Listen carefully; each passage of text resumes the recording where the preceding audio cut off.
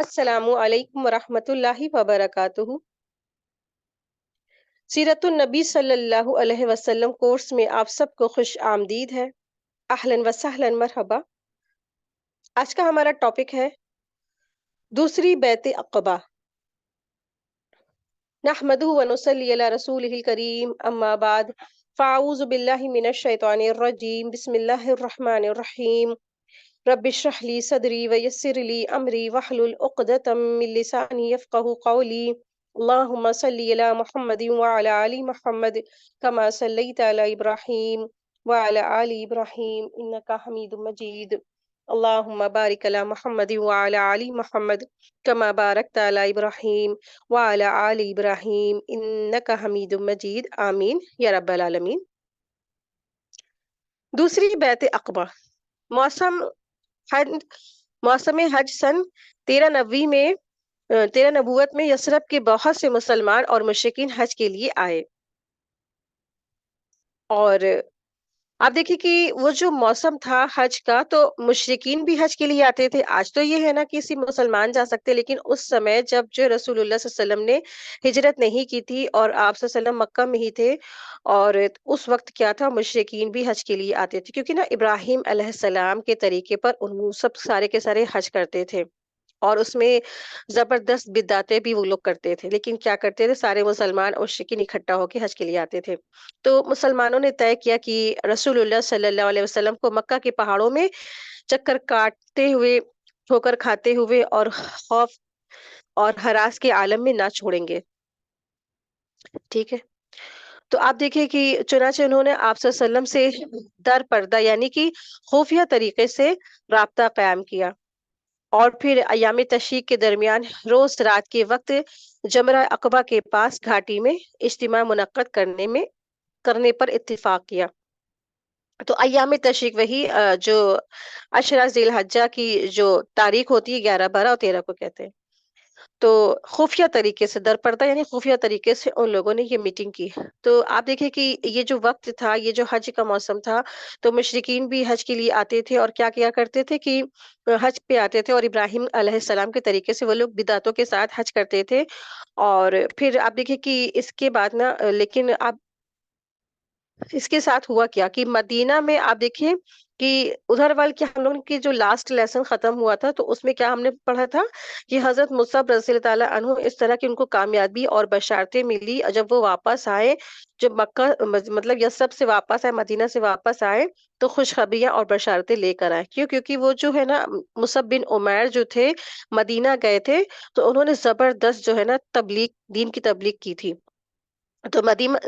تو مدینہ میں مصعب بن عمیر کی جو کوششیں تھیں، اس کی وجہ سے اسلام پھیلا پھولا اور پھیلا، اور انہی کی کوششوں کے رزلٹ میں، نتیجے میں 1 سال کے اندر مدینہ میں کوئی ایسا گھر نہیں بچا جہاں پر اسلام اور دین کی روشنی شمع نہ جلی ہو۔